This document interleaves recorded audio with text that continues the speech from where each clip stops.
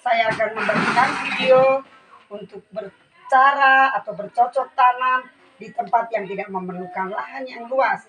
Kalau Bapak Ibu tidak ada lahan luas tetapi ingin menanam sayur, cukup kita bisa menggunakan polybag. Karena dengan ini kita bisa menghemat tempat dan praktis. Ya, bahan atau alat yang kita butuhkan adalah tanah dan sendok untuk menyendok tanah, polybag, dan bibit yang kita gunakan saat ini. Saya menggunakan bibit kangkung dan ceret untuk menyiram tanaman yang kita sudah isi dengan tanah dan bibit. Ya. Bapak Ibu, saya akan melakukan atau langkah-langkah yang kita lakukan. Yang pertama yaitu kita aduk tanah supaya tanah ini menjadi tanah yang gembur. Ya. Setelah kita aduk rata, gembur, kita kalau ada pupuk kita berikan pupuk, dan setelah itu kita masukkan di polybag yang ada. Bapak Ibu tidak perlu mengisi tanah ini penuh rata dengan polybag ini, tetapi cukup 3/4 dari polybag ini, supaya ketika kita menanam atau bibit yang sudah ada dan kita siram, maka tanah itu tidak akan tumpah dari polybag. Ya.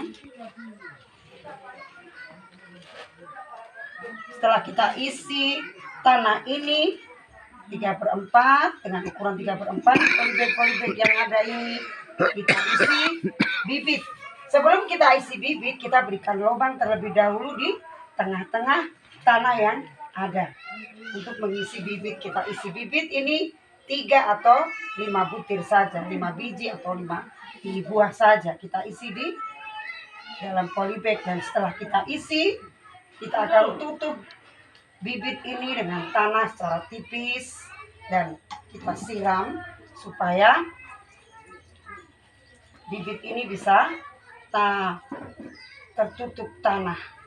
Bibit akan bertumbuh, dan setelah kita isi dan kita berikan bibit, kita letakkan di tempat yang terkena sinar matahari supaya apa? Tanaman ini bisa tumbuh dengan baik. Nah, kita harus rutin menyiram tanaman ini rutin pagi dan sore supaya bibit akan tumbuh dengan bagus. Ya.